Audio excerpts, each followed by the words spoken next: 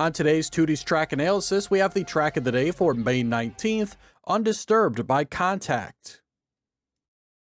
Undisturbed is a speed fun track and it's almost entirely made up of the grass surface, however there is a brief road section at the start. There are also a few effect and boost blocks on the track, including a reactor boost down, super reactor boost down, and reset. There is a GPS on the track, and though the time is not listed, the time seems to be somewhere around a 42.2, and this would make it about 4/10 faster than the author medal time.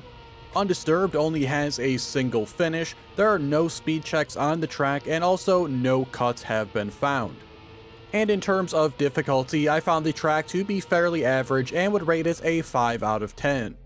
Yet again, I did not think the medal times on the track were all that difficult, with my personal best of a 41.388 coming in well ahead of the author medal time of a 42.6. Of course, this beats the gold medal time of 46 seconds, the silver of 52 seconds, and the bronze of 1 minute and 4 seconds. I thought Undisturbed was a very good track, and on the plus-minus rating scale, I would rate it a ++. For the route analysis today, we are using the current world record ghost to compare against my personal best. This world record was driven by Argo and they had a time of 41.128, and this is 0.26 ahead of my personal best. So some pretty small differences are going to happen today, but there is one fairly obvious one here right at the start, with the world record going to take a higher line here. They'll also do a little bit better speed slide, and then after that they'll just get a better inside line. And that is, a large portion of the difference already on today's track. And this inside line here is extremely tough because on the entrance to the tunnel, you want an extremely tight line around this tree. And then you also need to straighten out so you can start getting over to the right as quickly as possible in order to set up for the next left-hand turn. It's very easy with this very tight line here to keep sliding over to the left, and that is just going to give you a terrible setup for the next turn.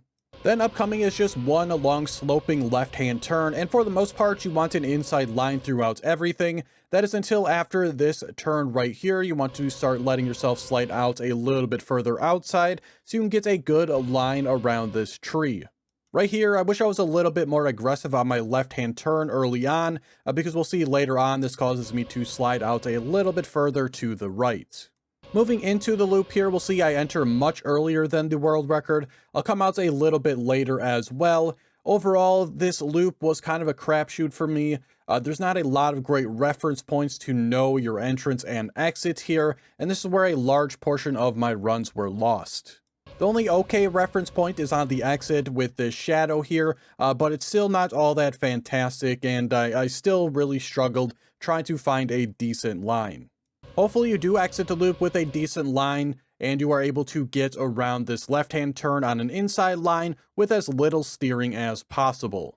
And then moving on to the next uphill, like usual uphills, you want to take it nice and smooth up. The world record and I here are taking extremely aggressive lines. If you are struggling here getting airtime, do not copy this line and go for a more parallel attack.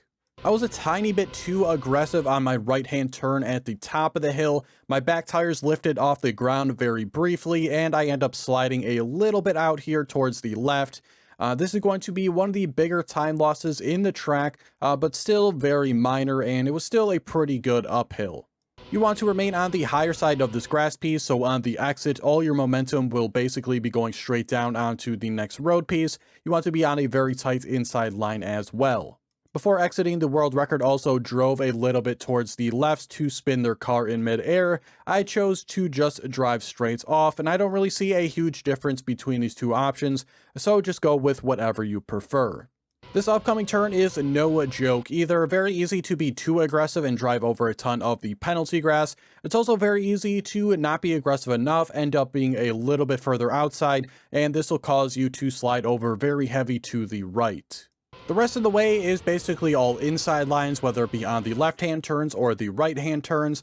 Really, the one thing you got to watch out for is hitting any of the penalty grass, whether it be on this corner to our upper right here, or the one on the right side right here.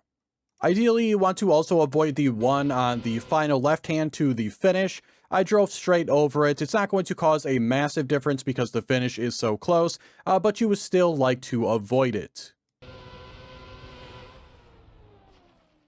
And that is going to do it for today's analysis. I hope you enjoyed. If you did, be sure to like the video and subscribe. Check the description for links to my Twitch and Discord, and be sure to check out all the previous track analysis videos already out on the channel. Thanks so much for watching, and I will see you guys on Monday for the next one.